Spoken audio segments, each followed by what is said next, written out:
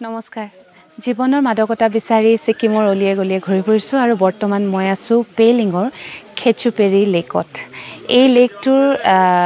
গণমান্যতা হিচাপে ভগৱান হনুমানে যেতিয়া সঞ্জীৱনী পাহাৰটো উঠাই আনিছিলে তেতিয়া তেওঁৰ এখন ভৰি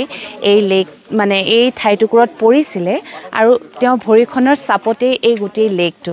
ওপৰৰ পৰা যদি মানে ড্ৰোনেৰে চোৱা যায় তেনেহলে গোটেই লেকটো ভগৱানৰ ভৰিৰ চাপৰ নিচিনা আৰু ইয়াত আৰু এটা মানে বিশ্বাস আছে যে এই লেকটো কেতিয়াও লেতেৰা হ'ব নোৱাৰে পানীত একো লেতেৰা বস্তু পৰিব নোৱাৰে যদি পাত এটাও বুলে পানীত পৰে তেতিয়া কৰবাৰ পৰা কোনোবা এটা চৰাই আহি সেই পানীত পৰা পাতটো উঠাই লৈ যায় লগতে এই লেকটোলৈ আহি মানুহে যদি কিবা এটা মনোকামনা বিচাৰে মানে উইশ কৰে তেতিয়া সেই উইশটো ফুলফিল হয় আৰু উইশ কৰাৰো এটা বিশেষ মানে প্ৰাধান্য আছে বিশেষ নিয়ম আছে সেই নিয়মটো আপোনালোকক দেখুৱাই দিম এই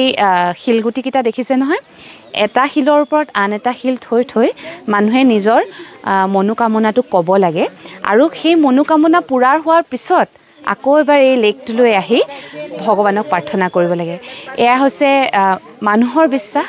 সকলোৱে যুগ যুগ ধৰি এই বিশ্বাস কৰি আহিছে খেচুপেৰি লেক পেলিঙত আছে গুগল কৰিলেও আপোনালোকে তাৰ বিষয়ে গম পাব বৰ সুন্দৰ এটা মনোমোহা পৰিৱেশ আৰু এইখিনি সময় ইয়াত অতিবাহিত কৰিবলৈ আহিছোঁ ভাল লাগিলে কাৰণে আপোনালোকৰ লগত শ্বেয়াৰ কৰিলোঁ